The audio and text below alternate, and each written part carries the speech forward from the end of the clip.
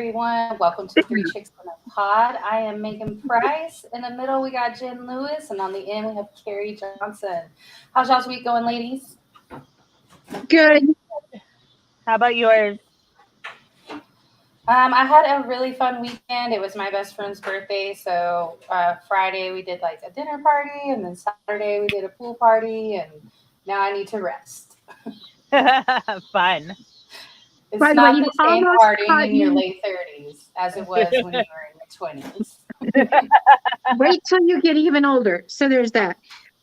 You almost caught me doing my dance to the intro. So Right. I think you did catch me doing it, and I started the intro. I was like, oops, It's great. We're just excited to be here with our people. Woohoo! that's Um, right. so So, we wanted to go Jen, for it. don't you have some breaking news? Breaking, not really, but we were going to talk a little bit about Katie, and then we're going to talk a little bit about the National Women's Soccer League, and we're going to also talk a little about what is the third topic? I forgot. I'm sorry. Brittany. Brittany, how did I forget that? And we're letting the Queen of Hoops handle that one with me and Carrie ad-libbing a little bit. And then, so Kevin Durant, he really wants to go, like Megan was saying off show, to Miami or to the Suns. Those are his premier destinations. He really doesn't want to go back to GSW. However, the Nets are trying, as of 7 hours ago, the Nets are trying really hard to keep him. So at this point in time, he is still a Brooklyn Net, and it's not looking like he will be going to the Phoenix Suns. And thank you, Leah Rose Figueroa, for asking us to touch on that, because I know she and her husband, Courtney, are huge Phoenix Suns fans. And I love these two folks, great couple. And they just had a little baby. And Leah has a little boy, or young man, I'm sorry, from Colin. So I love this whole family. They're great. So thanks for giving us the topic suggestions, y'all. And so why do you think he's not going to go to Phoenix? Because I know that he listed them in Miami at the top of his list. Right. My thing about Phoenix is, or well, anywhere, whether it be Miami, Phoenix, Golden State, what do you have to give up in order to get a player like Katie? Because we're talking about a top 3 player in the world. So I think the smart. Go ahead. There's not a good package available. I mean, I think Golden State did put out a good package, but also I feel like you're trading away your young core in order to do that. And I mean, is KD worth it? Yes, in the moment, of course he is. But in the future, is it worth it? Because you have such an amazing core going on over there in Golden State. However, I do feel like if he was going to protect his legacy at all and not really be viewed as a team hopper more than what he already is, then my personal opinion is that Golden State is the only destination that he can go in order for that to happen, or stay in Brooklyn. So, I would kind of like to see him stay in Brooklyn. I would like him and Kyrie to figure out what's going on over there. I don't think that those two are the problems. I feel like that one of their biggest problems is coaching. Steve Nash is incredibly inexperienced. He was an assistant coach anywhere. He didn't do any coaching to lead up to a head coaching position. And so I feel like he doesn't have exactly a very assertive personality. And so in my opinion, and he learned under Mike D'Antoni. I think that's a huge problem right there. So then they bring D'Antoni on in his first year as head coach. They bring him on as an assistant coach. So nobody's playing defense on the team whatsoever. If you keep those two. And and honestly, I think it's coaching. I think Kyrie's a bigger issue than anybody is ever going to admit, especially in the locker room. Wojnarowski said on ESPN's Get Up on Monday that if Kevin Durant came to Brooklyn and said, "Hey, I've changed my mind. I want to be here. I'm committed to this," they'd want him to stay. But Katie's not doing that. They're still trying to trade him. I'm just reading the quote directly. You want players who want to be here. You don't want the environment to be filled with players who are unhappy and who don't want to be a part of it. But they've got to get value for him, and they've got to get significant value for him. And the trade scenarios out there are still complex. And that's the issue, like you mentioned, with Golden State did put something out there, but the trade packages are hitting it because the teams do have to look at the longevity. So I think Well, that's what was going to be my question. were Is they are you here, like in with the Hornets, or is that Westbrook or both? I think Hornets were No, pleading for it's both actually Westbrook San and Antonio. That's yeah, what's come San out. Is that Antonio. Kyrie's gonna go to LA, Westbrook's gonna come to San Antonio. It's like gonna be a 3-team That's right. trade right there. Now I don't know. I don't dislike Westbrook. I think that there are some things that he needs to work on, and I don't know if it's too late in his career to fix those type of mistakes that he has going on, mainly the turnovers and sloppiness in his play. But he's still an excellent guard, so I'm not a Westbrook hater. But I don't know if I see Kyrie being the right fit in LA with LeBron anymore. Like, can they play together anymore? Their egos are too big. Well, yeah, and so that was already the problem last season with Westbrook, AD, and LeBron. So you already have too many egos right there. So and then you're going to throw another one in. And I don't dislike Kyrie either. I'm not a hater on Kyrie like that. Now I have sometimes jokingly called him Kyrie, but I mean, what's a dude? What can you say? Yeah, exactly. I mean, I love you, Megan. Kari, was there anything you wanted to add to this? Kari's gonna kill me for that. I'm just curious which team wants to sacrifice their long term for the short term gain. Right, and I just can't see Golden State doing that, or that they shouldn't do that, because I feel like what they have, what they're bringing. Right. In my opinion, Golden State should say la la la la la la. But that's just my opinion. And then if you talk about Phoenix, then you're talking about possibly DeAndre Ayton, Devin Booker in the mix, maybe CP3, any of their big three right there being in the mix. So, I the problems right there. I would not be willing to trade Devin Booker to put him in that. Oh no, not at all. And then in Miami, obviously, you're going to need some picks. And also, we've already seen that Tyler Hero has been possibly mentioned in a couple of different trade scenarios. But Tyler Hero is not enough to get Kevin Durant. No. And it's just not, I don't know. KD, he's good. He's solid. Obviously, he's great. But he's older. It's like at some point, like, I can't even compare him to Michael Jordan. I'm sorry. I was about to be like, even at some point, Michael Jordan wouldn't get the fair trade value. But he was a different beast. So, I mean, yeah. I don't know. I think Jordan poses a good question right there. He says, his question is, where is KD going to be happy? Has he ever been happy besides OKC/Seattle? Nope. I mean, and obviously those last few years in OKC, he wasn't happy either. So, I think lots of people blame it on Westbrook and their relationship, but they were obviously really close when they were teammates. Yes. It seems that not only their former coach, Billy Donovan, and other players, it seems like the problem is the owner there in OKC. So, I don't know. I think he got a lot of flack when he left too. Sorry to interrupt you. That was rude. Oh, you're fine. Did he catch a lot of grief, if I remember going back that far in my memory base? Because the scenario of it was he joined the enemy. He joined the team that because they were up on Golden State 3-1, and Golden State came back and beat them in that Western Conference Finals. And so everybody viewed him as joining the enemy, in order to get a ring. When it was basically just KD, Westbrook. Was Harden on that team at that time? I can't remember, guys. But and then Serge. Yes, I think he was. Serge was on the team as well. I mean, they had some great pieces. They were formidable, and they they probably were one piece away from maybe being able to beat Golden State in that series. I'm not 100%. I don't want to sit there and say for sure because I don't want to take anything away from Golden State, but. Absolutely OKC was a formidable team at that time. And that's why it was viewed like, oh, he joined the enemy. So go ahead, Kari. I'm going to say, from an outside point of view, I'm just sitting here listening, and I know that KD has jumped teams several times, kind of like Harden. It plays bounce around. You have to wonder, what are these guys chasing? They're not it's almost like they're not satisfied. Well, I understand that, but it's almost like they're not satisfied internally if they can get unhappy as quickly as they chase to get to a team. You know what I'm saying?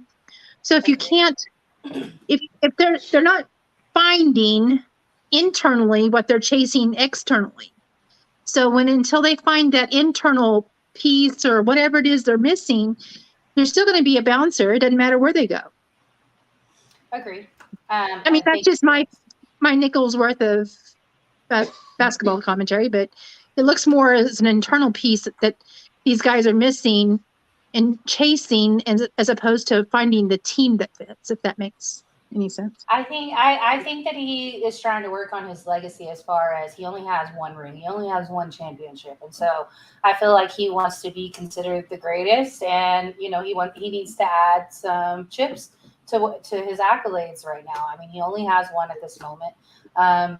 Steph and them were able to do it before him and after him. So, I think that helps Steph's legacy because, there were people that were saying, oh, well, you had to have KD. But, this past season when they won, I think he quieted all that hate personally. So, KD is the only one kind of left in that situation still wondering, am I still going to be able to get a championship without Steph Curry? My personal opinion, stick it out in Brooklyn. Figure it out because they looked dangerous. Agreed. They need to fix it. They need to retool their roster some. Obviously, James Harden wasn't the one for the situation. And then you need to work on your coaching. I've got to know where Simmons is now, and is he really the piece for them? And that where Ben Simmons I don't think Ben Simmons is a piece for anybody. No, he's for not. himself. That's about it. Yeah, Ben Simmons isn't even a piece for himself right now. He needs help, in my opinion. Agreed. Well, I kind of agree with that, but go ahead. People's champ. And I'm not being mean. I'm all about mental health. Sorry, Right, there's a rainstorm. I had to reallocate my seat. No problem.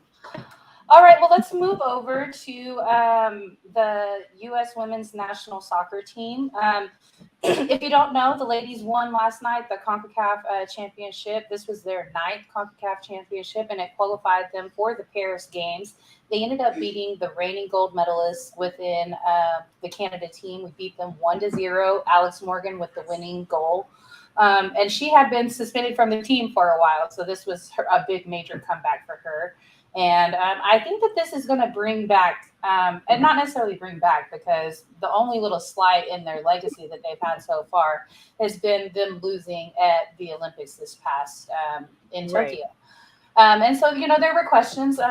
There are some of their stars are aging, and there were questions if it was time for some of them to retire. And let some of the other ladies move up. But a little bit of history about the World Cup itself, the Women's World Cup, should I say. There have been tournaments that were World Cup-like since 1970, but there wasn't a World Cup technically until 1991, Women's World Cup for 1991. They weren't allowed to carry the World Cup logo until 1999.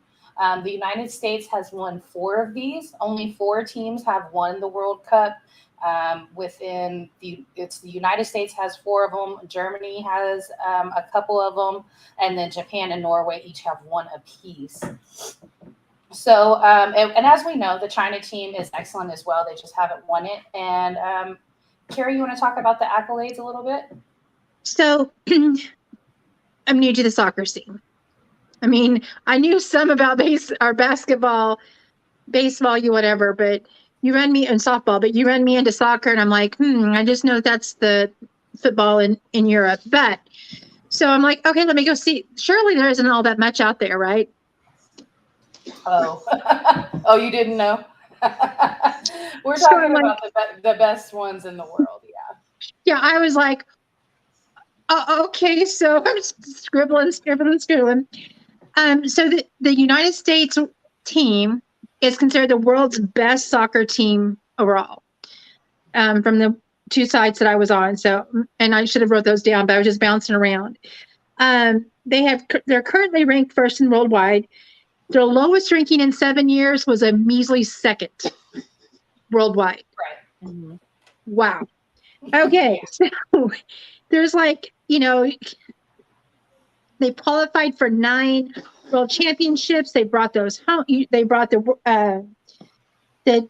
CONCACAF championships 9 times. That was pretty impressive to me.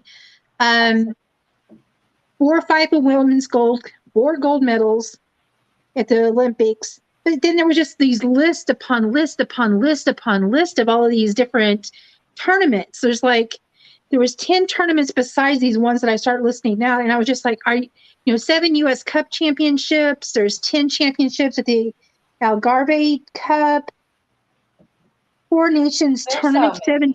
I mean, it's just unbelievable. The one tournament though that I decided to go because it piqued my interest was the She Believes Cup. Started in 2016. Mm-hmm. Originally, it was just the U.S., England, France, and Germany, but they have changed it now where it features different teams each year. Except, the U.S. keeps going, but and they have won that 5 out of 7 years. Something that's pretty impressive. I was just blown away with what these ladies have done since 1991 was like the first year I saw there was some championships start coming in. So unbelievable to me. Unbelievable. And something that I wanted to mention was that, as I talked about the first World Cup light tournaments, they weren't allowed to carry those type of names. But the first tournaments were really in the 1970s because many countries had bans on women even playing soccer. Like they were not allowed to play soccer, or compete on any type of levels. So that was something that was major. And then for the United States to come in since the inception and win 4 of them, like you said, they're the winningest ones out there. And I'm sure most of us that are around our age remember the 99 one whenever they won that one. And from then on, that's the Mia Hamm era. And if you were able to watch the Title IX documentary, what they talked about, that Mia Hamm was on there, Abby Wambach was on there. So it was very inspirational. And I think that it was something that, that brought in a lot of light of why women should be treated equally. And in certain scenarios, because I understand pay scales and all that. So I don't even want to bring that up really, but the one case that for sure that they should have been paid equally or more, if we're talking about success, is in women's soccer. There's no team that's better. So, Jen, you want to take us over to the Title IX aspect of it? I'd love to. So it was actually the passing of Title IX in 1972, just a quick recap, that allowed the National Women's Soccer League to take root. And I'm just going to do a quick synopsis because I know we want to hit on Brittany Griner, and we've got a lot with that too. And we were the first team played its first match on August 18th, 1985, losing 1-0 against Italy. And they finished the tournament 4th place after failing to win its remaining matches against Denmark and England. And the University of North Carolina was Anson Dorrance was the first coach for the first women's national soccer league, and then with in their first months of I'm going to mispronounce this, so I apologize. Everybody can mock me. Bring it on, Jahan. I feel it coming, my friend.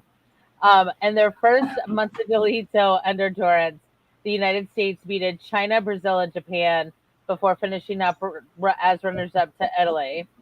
And Dorrance also gave national team appearances to teenage players, including our girl Mia Hamm, Julie Fraudy, and Christine Lilly, instead of just the college players preferred by the federation. And he also brought in the first African American player on the team, Kim Crabbe, Crabbe, Crabbe. And then the U.S. played in 1988 under the FIFA Net Women's Invitation. All of this because of Title IX.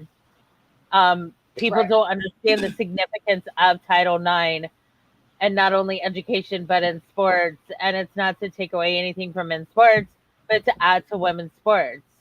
And that's why I love that Mia Hamm and Michael Jordan golf commercial. Like, I hate commercial. I loved it. I hate it. So. But I love that commercial. Like, I have 2 commercials all the time.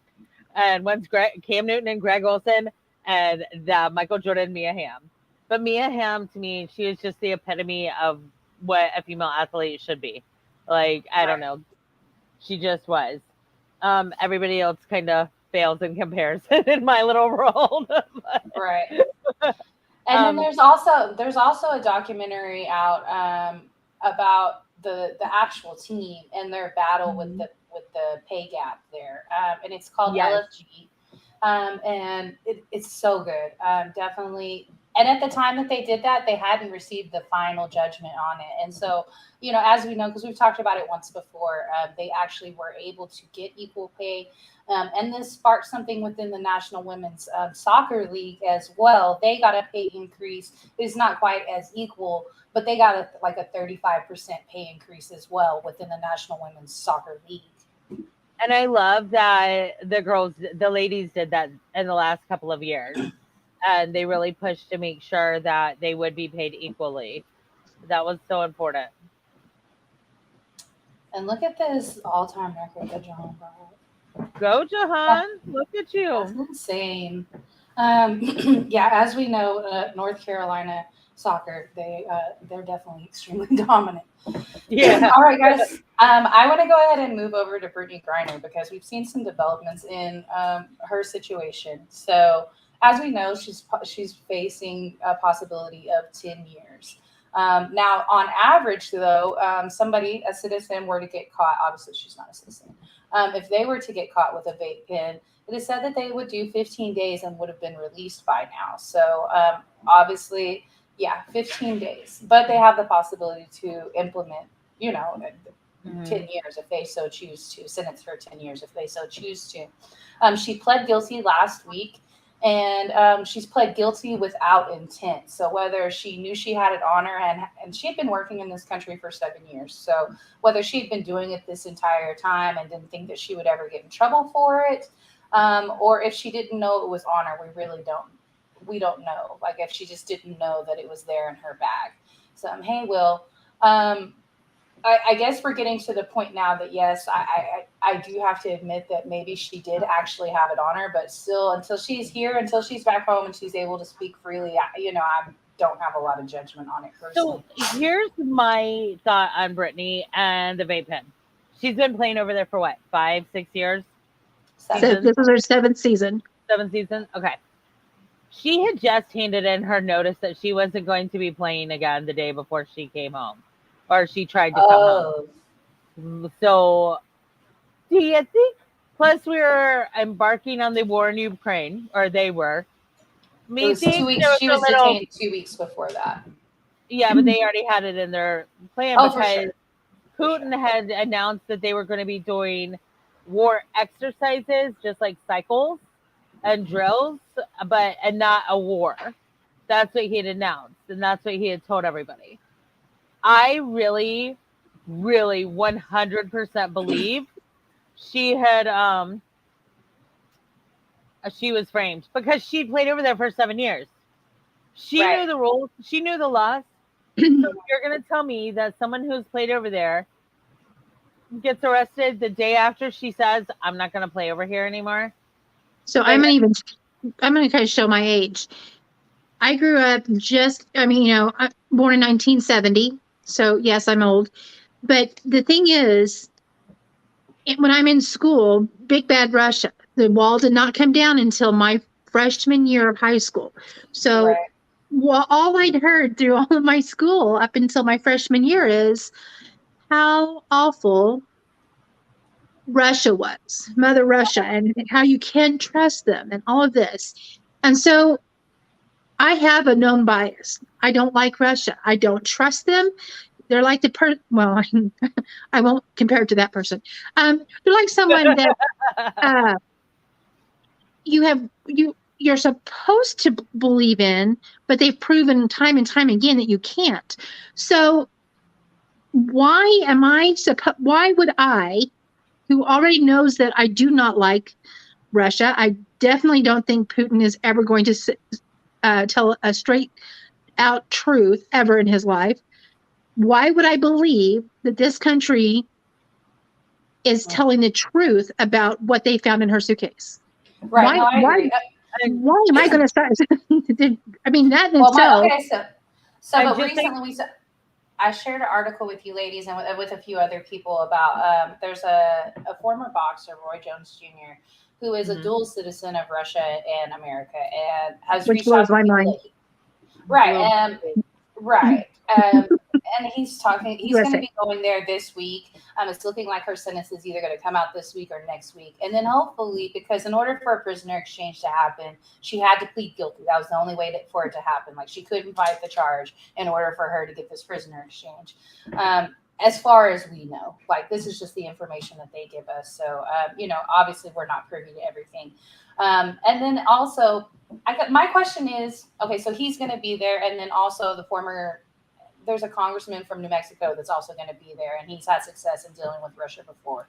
So, she has some people traveling there this week. My question is, why is a former athlete going to have more clout, going to have more pull than our own government in getting Brittany home? So Exactly. I'm appalled by that, just kind of to begin with. Bring her home. That's a whole nother level for me because I don't trust anybody in Washington now. Well, and just so you it may be Russia that we're waiting on because they have to go through their court proceedings. And obviously we have no say in this other than trying to get the prisoner exchange. Like, we have no really say in how they choose to sentence her, charge her, or anything like that. So maybe it's not on the United States, but when I saw that article about Roy Jones Jr., I was just really appalled. Like, I commend him for doing it because his comment was, if it was his daughter, he hoped somebody would do that for him, Right. And she's a mother. She has twins. She's a wife. Bring her home. Bring her home. Well, and U.S. citizen. Here's and the fact that what Jay was saying, Giselle said, yeah, they want that Russian arms dealer in exchange. Right. Weed for a Russian arms dealer.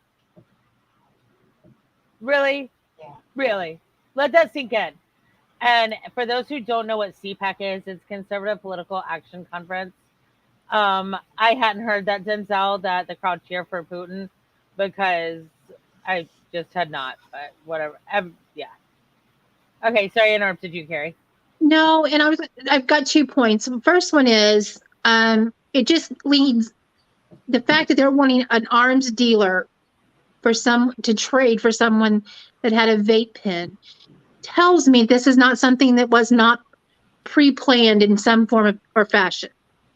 Maybe I'll go with it. Maybe she did carry him back and forth because they were like, wink, wink, we gotcha, you're going. But She said, no, she's not coming back. They're wanting this very not nice person out of our prison. Okay, anyway. And then the other things I see out there is, and especially when I've shared on Three Chicks in a Pod, and please know that I enjoy reading the different opinions and stuff, because that is really good debate, and educational ways to learn. Brittany is not a perfect person. No. She has had turmoil her entire life. She is part of that turmoil. She has brought some of that turmoil to her front door. Yes. Okay, great. But we all have. I have turmoil in my life. I have stuff that if I was in that situation, Lord knows that people would have so much fun with. Right. So I choose personally yes, she has a past. I do too. And I'd really like for it to stay there. I'm not. There's some things that if I could take a big white one of those magic erasers and go and clean up a little bit, it would be great. But I can't. But it's made me who I am now. Right. The rearview mirror is small for a reason. Yeah. So while she does have things that are not necessarily great, and I know that she has disrespected, or people see that the way that she spoke out, disrespecting the flag or disrespecting the national anthem, whatever. I get it. Well, she is a citizen of the United States. They choose to highlight what they want for their narrative, because she went on to say that, that she was proud to be an American, but that she just didn't think that the national anthem should be played at the games. And as you know, she's not the only person in the WNBA who has done social justice work or protested. And as long as she's peaceful, it's her right. Literally. Exactly. So, Side note, just so you guys know, didn't know if you knew this, with the exception of baseball, national anthem wasn't played before every game, especially the NFL, until prior to 9/11. Right. So, I mean, I guess we'll leave it there. We got our guest backstage, and we will, continue to monitor the BG situation. And also, guys, keep your eyes on the women's soccer team. They've got a couple upcoming matches. In September, they will be playing Nigeria twice, I believe the 3rd and the 6th. So keep an eye out for them. As you know, it's complete domination when it comes to soccer and U.S. women. And let us proudly introduce at Phil Jones NFL. He is a friend to all of us, especially he and Kari are very good friends. The unfiltered truth, but he only has one minor flaw. Just one. Where's your wig, Kari? He doesn't embrace the Bible. I mean, Kari, I'm just going to say I actually have a Chiefs fan that always jumps in and watches the show, and I think I'm converting him to becoming a Raider fan. Oh, no. Oh, come on. I'll have to, Hey, Phil, you would like talk about this. He is a Raiders fan. How are you ladies doing tonight? Great. How are you, Phil? How are you? Working left and right. Training camp started. I know everybody can smell the fresh cut football fields. I'm so excited for football season. I love it. It's like how some teachers feel about a New Year's school, but you know what? I don't think they feel that way anymore. I feel like they're like, I do it from home. Christmas break. But yes, I'm definitely ready for football season. I'm ready for fantasy football. I'm ready for NFL, college football. I need it all injected in my soul. Yes. I'm right there with you. I'm ready to see how these things play out. So, Phil, you want to promote your projects that you have going on, whether it's, your Twitter page. I know your Twitter page is live. Yeah. Let's jump in. The chaos. Right. For those that don't know me, my name is Phil Jones. I am the host of The Unfiltered Truth, where we cover the Las Vegas Raiders, and I cover sports, and I hit on anything, politics, NBA, etc. Shoot, even entertainment.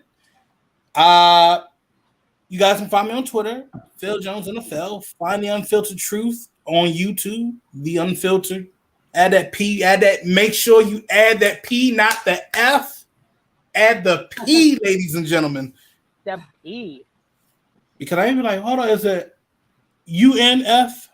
No, it's PHIL. You got to add that, and then all the truth filter, and then add the truth all together as just one big happy family. I got done doing my quarterback list for all 32 teams in the NFL. I know 2 may be happy on it in here in this chat right now, and one is like, fire her head coach. Yes, yes.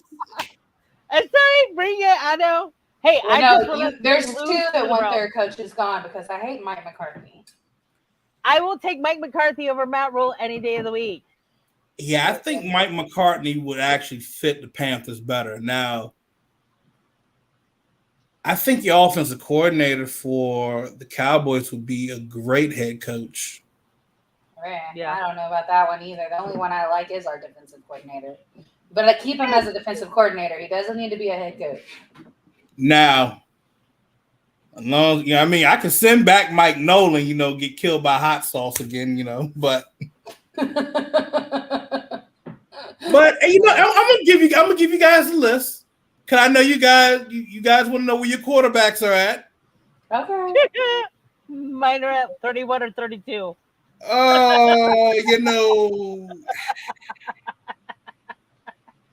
With which quarterback, Jen? You got 2 quarterbacks. I don't know. I've got 4. What I did was this: the most there's going to be teams that are going to have a quarterback situation like Atlanta, Carolina, Pittsburgh, and I even add the 49ers on that list because we don't know if Trey Lance, he might have a little hiccup, and they're like, hey, we might need to go back to Garoppolo. Right. Is Garoppolo staying? Yeah. As of right now, yes, until he fully heals. And I don't think anybody wants to pick up his contract. And I don't think everybody wants to, get rid of any of the trade value because the next quarterback class coming out is what you want. They're more plausible than what we saw with his past draft.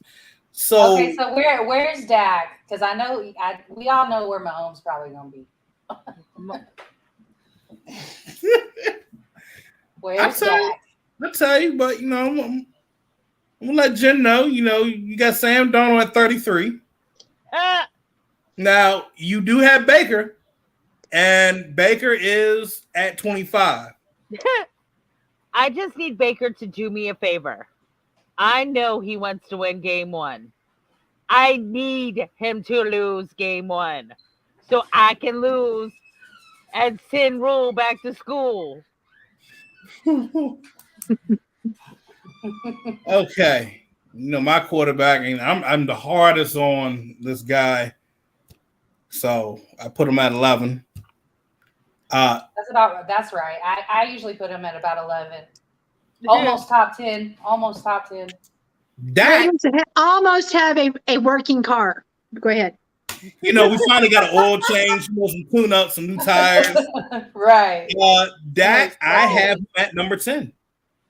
That is my number 2? No, number 10.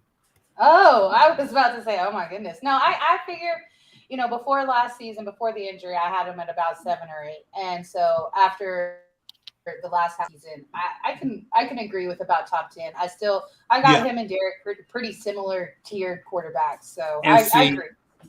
That's where I have it at.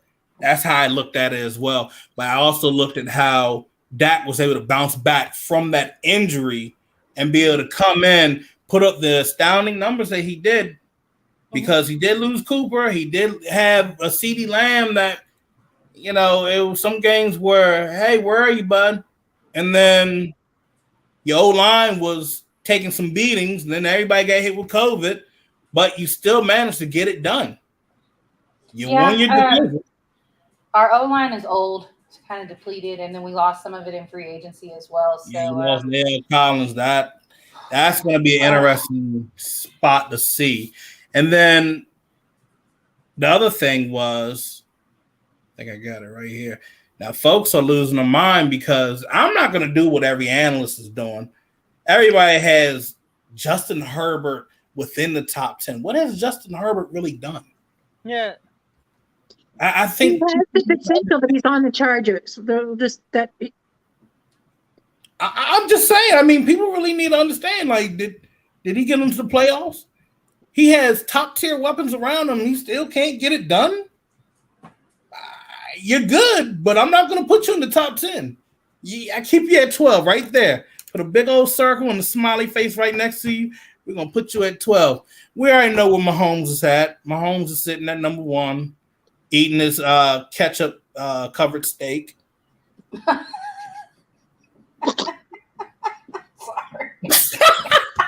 Kari, you just had a gag reflex of Patrick Mahomes. What I don't like catching them. Why the hell on steak? But go ahead. Because his parents didn't know how to cook steak when he was younger. That's all there is to that. They were cooking that joint. They were cooking it well done. That was giving him charcoal, and they had to cover it up. You might as well give that boy beef jerky. Charcoal. I don't know how. I just don't know how. And then I'll say by probably in the next week or two, I'll have my list of everybody's win-loss record. I never do playoffs, but you will have the record of where, well, they can be a playoff team. They can be a playoff team. Maybe they are a playoff team that doesn't get in. Right. So. And the West is going to be. I have one question for you, Phil.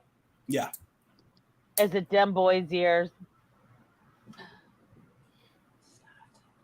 I love you, Megan. Look, I'm a fan, and I don't feel like it's our year. I felt like we had a really good team last season. If it was going to be our year in any recent years, I would say last year. I thought last year y'all could actually. I can stand hearing a Cowboys fan saying it's our year versus a Washington fan calling on the radio, Sports Talk 980, saying, "Oh yeah, Washington, they're going all the way right now." I'm like, it's 30 calls saying this. It's not one, it's not two, but we had 30 this morning saying, "Oh, it's their year. Yeah, they're gonna go all the way.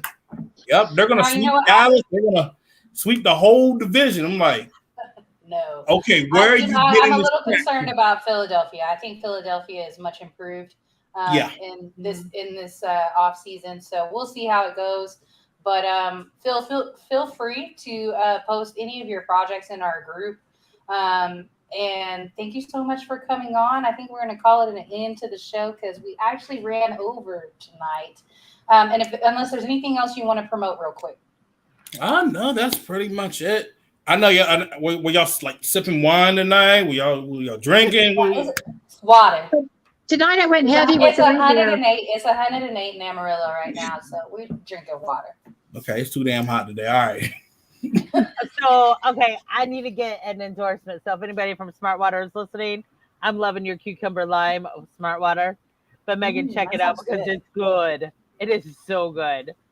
I'm just saying. That sounds really good. It's all right, guys, that's gonna do it for us tonight. Make sure you go follow Phil Jones on Twitter. The Unfiltered Truth is his show. Thank you so much for watching, commenting, or sharing the show. We appreciate you guys so much. Sage, I saw you promoted us on Twitter. We really appreciate that so much. Thank you, and we will see you back next week. All right. Thank you. Peace out.